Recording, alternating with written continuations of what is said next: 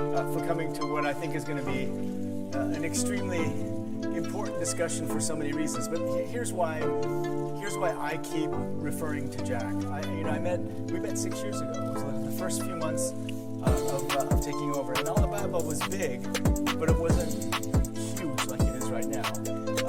You were not a household word throughout the world. But then I began to ask my own team, if the Alibaba model is the path forward in development, are we building the right things in developing countries? And you've heard me say this 25, 30 years ago. We had a debate in the World Bank about whether we should invest in telephone poles in India. And luckily, we didn't invest in telephone poles in India. But the question we keep asking is, are we doing the equivalent of investing in telephone poles in India? Do we have things in our portfolio that are just not going to be helpful for the future? So I've seen the tremendous work that you've done in what I would call democratizing access to capital, markets, marketing, procurement, even accounting. Last time I visited Hangzhou, you told me that your Alibaba clients can do their accounting online. So what do you think, Jack? You've now visited 7 countries in Africa. Can the Alibaba model of providing immediate access to cash to markets, can that work in places like Africa, other countries in South Asia? Because we're worried. We don't know that the traditional path of agriculture, light manufacturing, heavy industry, we don't know that path is open anymore. Yeah, thank you. I think absolutely, Internet is designed for developing countries. 19 years ago, when I started Alibaba, I think what we've said, we should focus on helping small companies. When the USA e-commerce focused on big companies. And the USA Internet, that e-commerce company, they focus on cut the cost for the big companies. What we believe is that we should help small business to make money on the Internet. Because don't teach customer how to cut the cost. They know better than you do. But helping small business to make the money, that is the key. So when we started, we found in China there's no internet, the connection, there's no payment, no logistics, and the small business cannot raise the money. So in the past 19 years, we said if there's no infrastructure of the marketplaces, so we should help small business to reach the market. A small business normally can sell only in their own town. How can we sell their products to the capital, to the other cities, to the other countries? Second is how we can help small business using internet to reach the money. So that is why we have the Alipay. How can we help a small business to reach logistics? They can deliver things quickly. So we help in building up a lot of logistic companies. And then how can we help small business to reach the training? So everything we do, we think by using internet to support small business. And when people say, China, no this, no that, I think because of this, no that, that leaves entrepreneurs like us the opportunity. So if there's no logistic, we build a logistic. If there's no financing system, let's build a finance system. But don't think you will succeed next year. You have to prepare for 10 years. Today, Alibaba to this size, not because we built it last year. 19 years. We never forget that we serve for small business. We serve for the girls, women. We serve for helping them reach the market. This is how. And we believe, one of the things, Jim, I was saying, the day when I started our business, 18 founders, me, and I talked to my 17 colleagues in my apartment. I say, guys, we don't have money. We don't have technology. We don't have any resources, any relationship. If Jack Ma and us, we can succeed, 70% of the people in the world, they can be successful. We have to prove that by working hard, believe in the future, believe in the vision, and day after day to improve ourselves, this thing works. So this is what I think in Africa, developing countries, that's the opportunity is. Believe the future, work day and night. That's what I think. Jack, you told me, thank you. You told me that there were some critical things that did exist. So for example, there were roads, there was a grid, there was the beginning of internet access. then you built other things. I mean, I remember you told me the story that you helped farmers who otherwise would have left and gone to the cities, you helped them create transport companies. But sometimes they only transported the things for one part of the way and then they handed it off in another. So you created all these companies. But what were the critical things that were already in place that we should be thinking about now to build in, say, the poorest countries in Africa? What is it absolutely that you need for a platform-based economic growth to happen? Yeah, I think there are about 3 things that I've been focusing on. Right. The government first, try to convince the government. The most important, I go to so many countries, right? Especially I'm keen on developing countries because Europe, they don't like me, and American, they don't like us. Right. Europe, they love people talk about regulations. Yeah. They love to discuss about the worries. This thing, what are you going to do? And in America, of course, they have their system. But developing countries, they love to change. They have to change. And if what we made in China happen, I think today, I visited Africa, and people say, we don't have this, we don't have that, we cannot do this, not like China. I said, this is exactly what I heard in the past 19 years in China. Nobody believed that we would work it. So we say, if we never think we will be successful in 10 years, we think 10 years later, there will be company succeed. If we give up, we have no chance. If we don't give up, we have a chance. So every country I go, I try to convince the government. Very important, internet infrastructure. 30 years ago, if there is no electricity, this country is hopeless. This area is hopeless.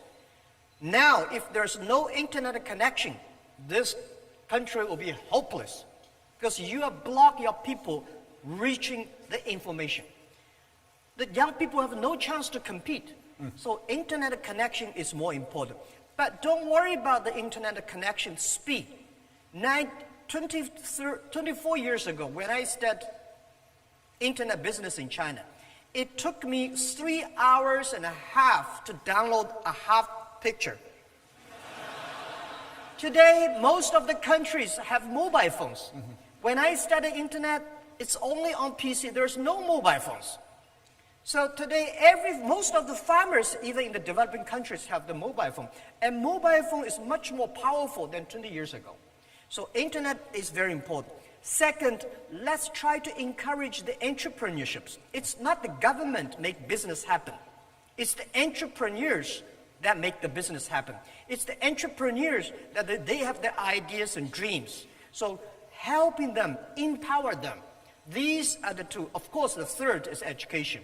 But why I said internet is inclusive is for developing countries. I don't know if you know that. It takes 60 years. When electricity was invented, 60 years later, electricity happened in Kenya, Africa. It takes much longer time for the first technology revolution to go to the underdeveloped countries. Today, every 2 or 3 years, mobile phone, internet cover almost everywhere. Normally, all the credit card is designed for rich people. All the good things designed for rich people, powerful company. Today, internet is so cheap, poor people can use it. Mobile phone payment. In China, more than 800 million people using mobile phone. Close to 300 million people in India using mobile phone. So this technology revolution is giving to the developing countries. If you believe it, you should work on it. So Jack, we're going to take you very much at your word. So one of the things that we've tried to do is, if you wait till we build the grid like in China, it could take a long time. So we're focusing on renewable energy with much cheaper, better battery power. Yes. We just announced we're going to put $1 billion for battery technology, which could change everything. You didn't mention roads, though. The road network was important. I mean, in order to do the deliveries, you had to have roads, right? Yep. Would that be on your list? Yeah, of course. Yeah. Road, but this is something that I think there are hardware infrastructure and software infrastructure. Hardware infrastructure, road definitely is. Internet infrastructure, mobile phone, and always in transporting. But I'm focusing on software infrastructure. Education. entrepreneurship and e-government. Why I want to say e-government? Because if the government is not the electronic, government will never be smart enough. And if the government is E, then government will be transparent, no corruption, open, connect to everybody. So this is what we think. I'm pushing on that. Yeah. The road definitely is if you want to be rich, you have to have the road. So Jack, you said something that you said two different things. One, you said it takes longer, and then the other thing you said is believe that it can happen. So it reminds me, what Bill Gates says all the time is, everyone overestimates what they can do in 1 year and underestimates what they can do in 10 years. And you said almost exactly that. So if that's the case, what does it take to be a great entrepreneur? Right? And let me just put in context, right? So you say, small business, you work so hard, but I see you doing things that just blew me away. Like, for example, when I visited and you talked, we were getting ready for Singles Day, right?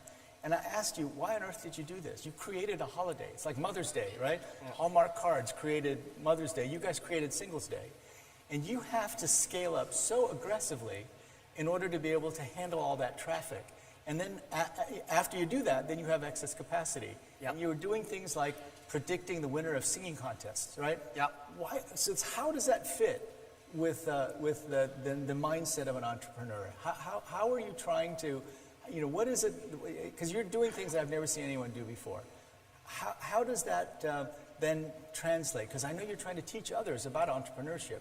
What are you teaching them? What do the people here need to know about creating an entrepreneurial culture? Yeah, an entrepreneur, first you should have your belief. When you have a belief, you have nothing to worry about. You don't fear. Right? If you don't have a belief, the VC said, if you do this, you're going to raising money. Then you're in trouble. So what you have to believe is what kind of value you bring to the customer. I am a believer, and I go anywhere say this. The Wall Street don't like this, but I go to Wall Street. When I raise money, I said, customer number 1, employee number 2, shareholder number 3. And one of the shareholders said, if I had known, Jack, that shareholder number 3, I would not buy your stocks. I said, please sell to now. Because it's the customer that pay us. It's the employees that work hard, we work together. If the customer happy, employee happy, shareholder will be happy. So believing is very important. Second, you have a great team. So you have to have the thing that believing is IQ. And EQ is working as a team. So if you want to be successful, better to have EQ. When you have a high EQ, people love to work with you. But if you have a terrible IQ, you will lose quickly. Because you are so stupid, you don't know how to, right? But you'll get along with each other, but you're so stupid you'll fail. That's right, because a lot of people succeed because of luck. Believe it or not, a lot of people, because I think I'm lucky enough, for the past 20 years as a teacher, I work and make a lot of mistakes and change, improving and correcting mistakes. I survive. I don't think I'll be lucky enough because my IQ can never compare with my colleagues. They are much smarter. IQ can make you lose slowly. EQ can make you find good people working with the people. But if you want to be respected, if you want to have a big heart, you should have LQ, the Q of love. So these 3 Qs are very important. You should have the Q of love, care others. You should have the EQ, work with the others. You should have IQ, you know what you are doing. Based on that, and then giving times, things will happen. So Jack, you earlier today you told me that the greatest soldiers are fearful. Entrepreneurs have no fear. What did you mean by that? Well, entrepreneurs, we never fear. Generals, soldiers fear because there's a war they kill. Business is not about killing. Competition it's a fun part of the business. We say, entrepreneurs, we don't cry, we make our competitors cry. Right? It's wisdom. It's not about killing. If you try to killing all the competitors, you're a professional killer. You are not an entrepreneur. Entrepreneur is that you improve by how can you make your better services by competition. And I think today politicians fear, and a lot of people fear, right? That, as I said to the Director General of WTO, when you put 200 ministers in a one room, try to agree on something, it's almost impossible. But if you put the 200 business people in a one room, we can work out something. And we never fear because we can always work out something. So how did you develop this fearlessness, Jack? I mean, when I first met you, you told me the story that when Kentucky Fried Chicken came to China, you really wanted to work there. And there were 24 applicants and 23 jobs, and you didn't get a job at Kentucky Fried Chicken.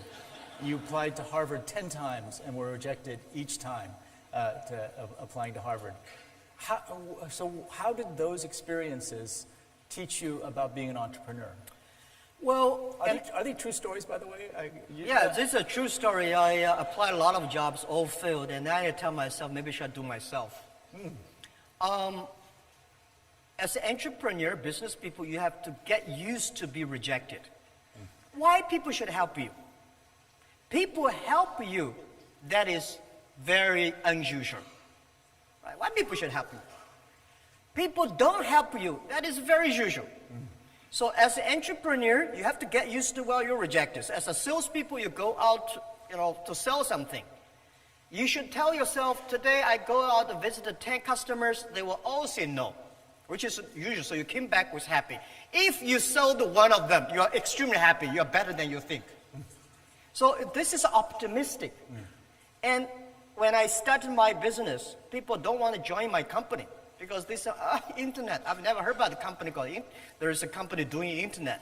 There's no even a word in a dictionary called internet. And the name Alibaba is so strange, right? And this guy always feel never even get a job. They want to put a, so I said, guys, I tell to their wife, their parents, their husband, people who joining my company, our company, I'm sure no policeman will knock our door because we do criminal things. I promise tax bureau will not come to our company because we try to sneak away.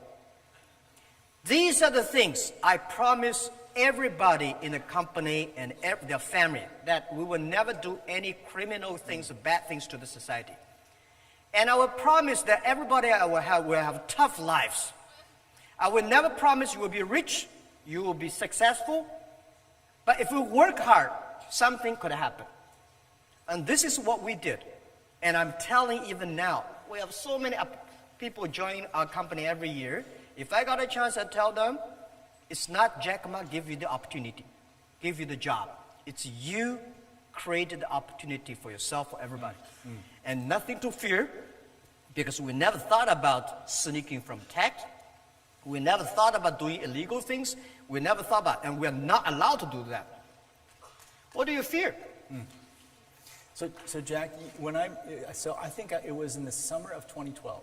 I'd just taken over, and you told me, and at that time I think you had maybe 25,000 employees, and you said you had 30 true believers, the people that started out in your apartment, and that you've always said that choosing the right people is the most important thing. So how did you choose the 30 true believers? How did you know they were true believers? Did you turn them into true believers? And so generally speaking, how do you choose people? How do you know the right people to bring into your world?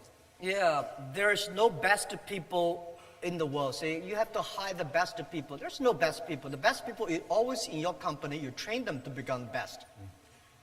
And I start to make a lot of mistakes when I raise my money. When you have money, you start to make mistakes. I think one day when I raised my first round of finance was $5 million. I hired a lot of vice president of multinational companies. One of the VP of marketing came to me, he gave me a proposal. He said, sir, this is our next year's marketing plan. I said, oh, $12 million.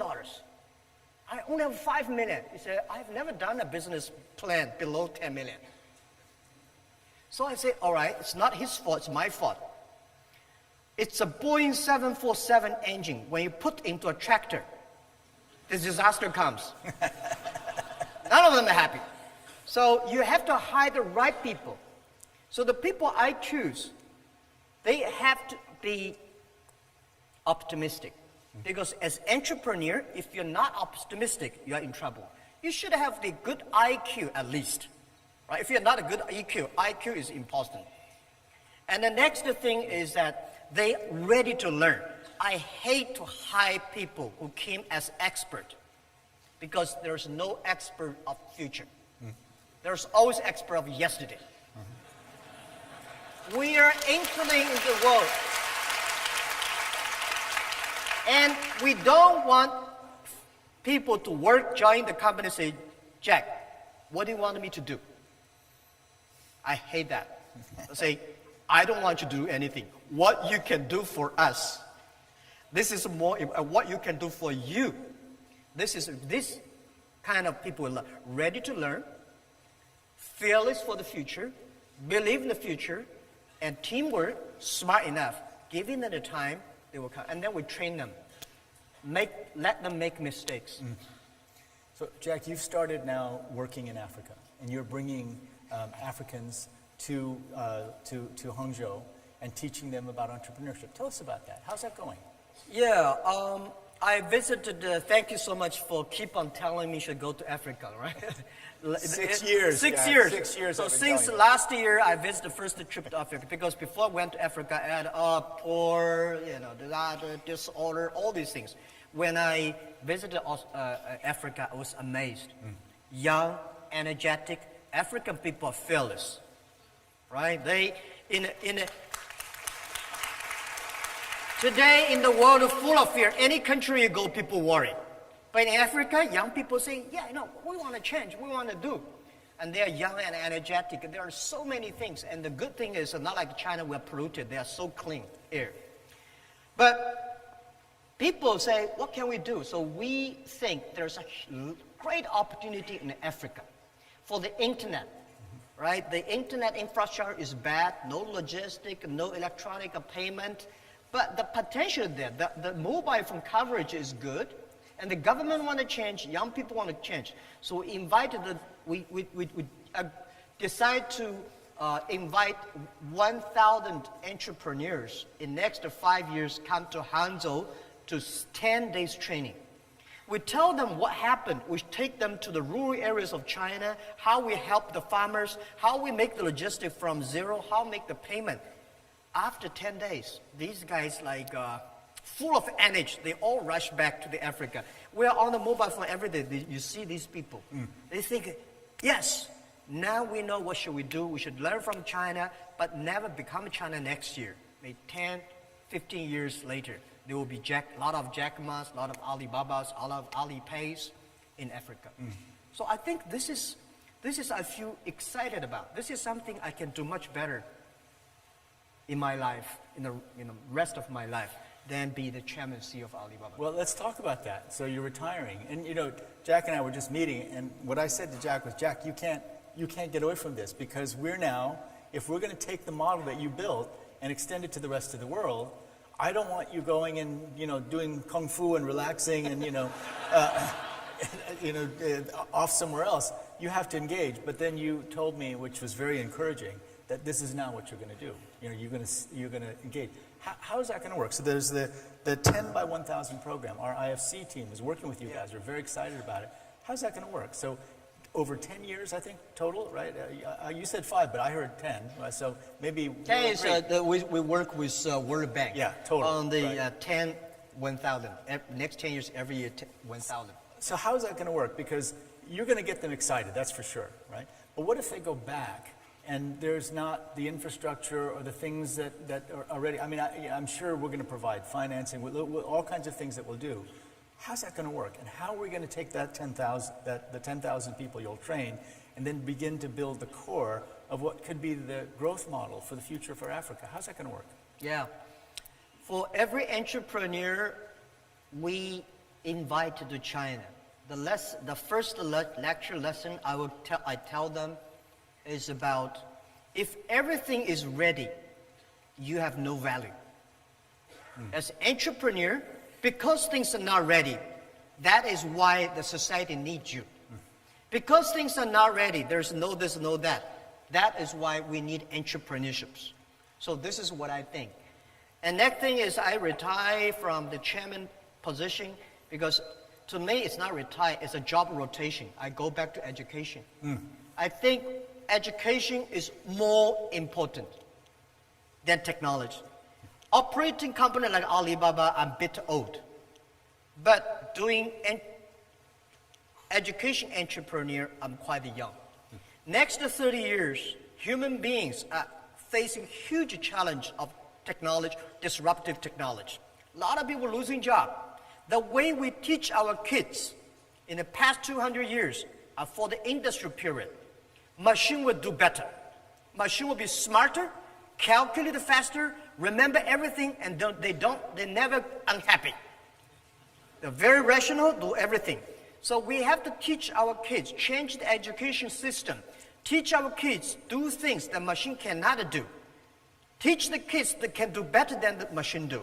So this is how we'll be focused on. For entrepreneurs, the same thing. Tell them life is never easy. Today is difficult. Tomorrow is much more difficult. But the day after tomorrow is beautiful. Most people die tomorrow evening. And how can you survive today and tomorrow? That is the key. And we will never teach people how to be successful. Harvard, Yale teach people how to be successful. We want to share people what kind of mistakes we make. It's the mistakes, lessons we learn, we make progress. When people learn too much successful stories, they think they can successful easily.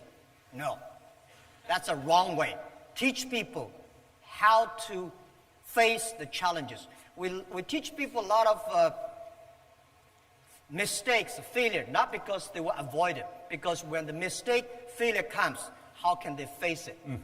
How can they challenge this, crack this? This is how we think. So I think this is entrepreneur, that is education. So they're holding up signs telling me we have to stop. But Jack, IQ, EQ, LQ. Yeah. We learned that today. That optimism has to be a way of life. Right? And curiosity is also important. Curiosity is a way of life. Be fearless. Yeah. Be humble in the face of the future, because there's no such thing as an expert of the future. The internet, entrepreneurship, education, you also told us about. So there's so many young people here, and not so young people, I see. But Jack, I watched you over 6 years. You were a phenomenon. I mean, a lot of people in China knew about you. My own IFC teams, we had invested in Alibaba early on. They wanted me to meet you. But now you're a global phenomenon.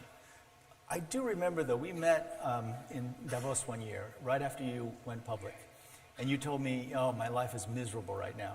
Because you said, at the beginning, everyone said that Alibaba couldn't do anything. And it gave us energy. Now, everyone's saying that Alibaba can do everything. And it's a pain for me, right? But you've gone through all that now. What would you tell this group of people? What are the most important lessons that you've learned in this really extraordinary life you've led? Yeah. Well, I think young people are the hope. So for me, if I want to keep my hope, I spend time on the young people. And every young people, I try to tell them life is not easy. I try to tell them that you come here not to work, but to enjoy yourself. You have to enjoy the work you're doing. You have to believe the things you're doing. You have to like the people you're working together. But the other thing is, ask whether young people, old people, ask us 3 questions. I keep on asking myself these 3 questions in the past 5 years. What do you have? What do you want? And what do you will give up? A lot of people don't ask, what do you want to give up? Oh, what do you have? Yes, I have nothing. And what do you want? You have a lot of things. And what will you give up? Always think about these questions. And then you will be fearless, you will be optimistic, you will know what you want. And this is when you're going on that, you will never sort of get lost. Wow. Thank you, Jack. That's amazing. Thank you. Thanks, everybody. Thank you very much, Jack Ma. Thank you so much, Dr. Kim. What an inspiring discussion. I'm sure you'll agree with me, so much that we've learned from the conversation between Dr. Kim and Jack Ma. Now I would like to move on to the next part of the program, where we look more closely at this issue, both the challenges as well as the opportunities. We have a packed panel ahead for you today, so I would like to call up to the stage Minister Heng Swee-keat, the Finance Minister of Singapore, the Secretary of State for International Development and Minister for Women and Equalities of the United Kingdom, Penny Mordaunt, Mats Granrud, Director General of the GSMA, Nandan Nilekani, Co-founder and Non-Executive Chairman of Infosys, and Nicola Miahi, Co-founder and President of the Future Society. Please do make your way to the stage, ladies and gentlemen, panelists.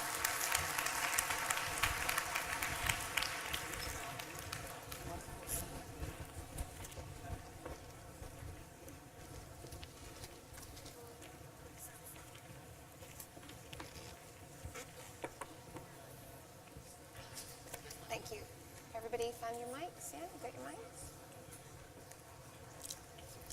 Okay, while everybody's getting settled, that was a really hard act to follow, I know, guys, but I'm sure we'll have lots of interesting pointers for you today. Although I've certainly taken away from that discussion between Dr. Kim and Jack Ma that I need to improve not just IQ, EQ, but LQ, something that we can all do with a little bit more of. I'd like to start the discussion this afternoon, once everyone is settled. Yeah, why don't we get underway? Secretary Mordaunt, lovely to have you on the panel. In the work that you do, you probably get to see more than most what works and what doesn't work in terms of technology in the world of development. How are you using digital technologies to change what the UK does in development work? Thank you. We have always at DFID used technology, but this year in particular we've launched a new digital strategy because we think it is the margin of victory in everything that we do. We have a great track record, from mobile money to solar energy kits to 3D printing in the field, all sorts of things, using drones increasingly. But we've really brought in initiatives that step this up. So tech call-outs, part of the grand challenge on hope in conflict. So this is finding new ways to protect people in conflict situations. Excellent. So how do we protect people who are under siege? How do we get food and water to them? It's very difficult to do airdrops and things like that. I'm fed up of going to the House of Commons and saying why we can't protect people or get medicine or get the power back on. So really looking at how technology can help us with those things. And we've also really tried to embed this in how the whole of our government works. So we've set up a humanitarian innovation hub, which brings together the best minds in technology and defense and civil contingencies to really develop these things. So it's absolutely central to what we do. We do it in every area that we work in, and we do work in every area. But I think in particular this year on the humanitarian side, because increasingly we have very vulnerable people in conflict situations, and we need the smartest minds applied to giving us some new things in our toolbox to protect those people. Absolutely. You know, one of the things that Jack Ma was saying earlier is that if governments use digital technologies, they become more transparent, and then you have less corruption. And certainly, Minister, that's the model that Singapore has taken in terms of pushing ahead with digital technologies. I know you've been a big champion of that, and Singapore's been quite successful. But what were the challenges that you faced in the early days when you did try and initiate digital platforms for the government, in particular in the finance sector? Well, I think we have been fortunate in that we have started this a long time ago, and it helps that Singapore is a very small place, so it's not too difficult to get some of these things going. But at the same time, I think the big challenge is always to get consensus for making some of these changes and to have strong political commitment to this. We're very fortunate that our Prime Minister, the current Prime Minister, he actually had a diploma in computer science. Cool. He finished his degree in 2 years instead of 3, so he spent an extra year doing computer science. And he was one of the great advocates of this. And we started the National Computer Board some time ago, and he has been building up. the key really at the end of it is first and foremost building human capital. Because you need a group of people who can do the difficult programming. We need to be very open to working with people from around the world, and at the same time to make sure that the benefits of what we do is clear to people. So for instance, our tax department have been doing this computerization for a long time, and in fact it's evolved over many years. So one of the latest things which they have done is that we submit the total remuneration of public sector employees. There is a form which the department have to generate, and this form is sent electronically to our tax department. And the tax department, having had your previous record of how many children you have, how much you are allowed to claim, how much you donate to charity, and so on and so forth, would then compute the amount of taxes you have to pay, Right. and that is sent to us automatically. And all we have to do is to just pay. But if you dispute the amount, you could go to the tax department and get that. So I think that helps when people feel that there is a benefit, and if that keeps our cost of government low, and that provides very strong public support for what we do. Right, but Nanda, in India, this transition is just starting in a way, right? With the Aadhaar program, getting digital identification. I don't know how many people out there actually know what the Aadhaar program is and how much it's transformed lives in India, despite some recent challenges. So maybe you could start by telling the audience what Aadhaar is. Yeah, so, Aadhaar is really a program to give every Indian resident a digital ID. It was something the government had been planning for many years, and I joined the Indian government in 2009 after I retired from Infosys and led this project. And it has now reached almost everyone in the population. 1.2 billion people have the ID. It's impressive. And it's a digital ID for all residents. It's also linked to the banking system and enables you to link a bank account to the ID, and then you can get electronic transfers done. So India runs the world's largest cash transfer system where government sends money electronically into people's accounts. It's also an online ID which I can use for authentication. The system does about 1.2 billion authentications a month.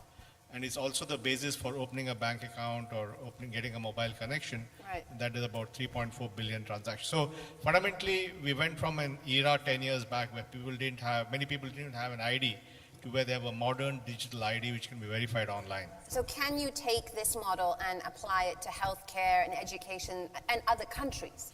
Yeah, I think so. First of all, you need some kind of a digital ID for any kind of online activity. So for example, the Indian government has rolled out a major health insurance scheme, Ayushman Bharat, some time back, and that program requires the ID which will ultimately be linked back to the Aadhaar ID.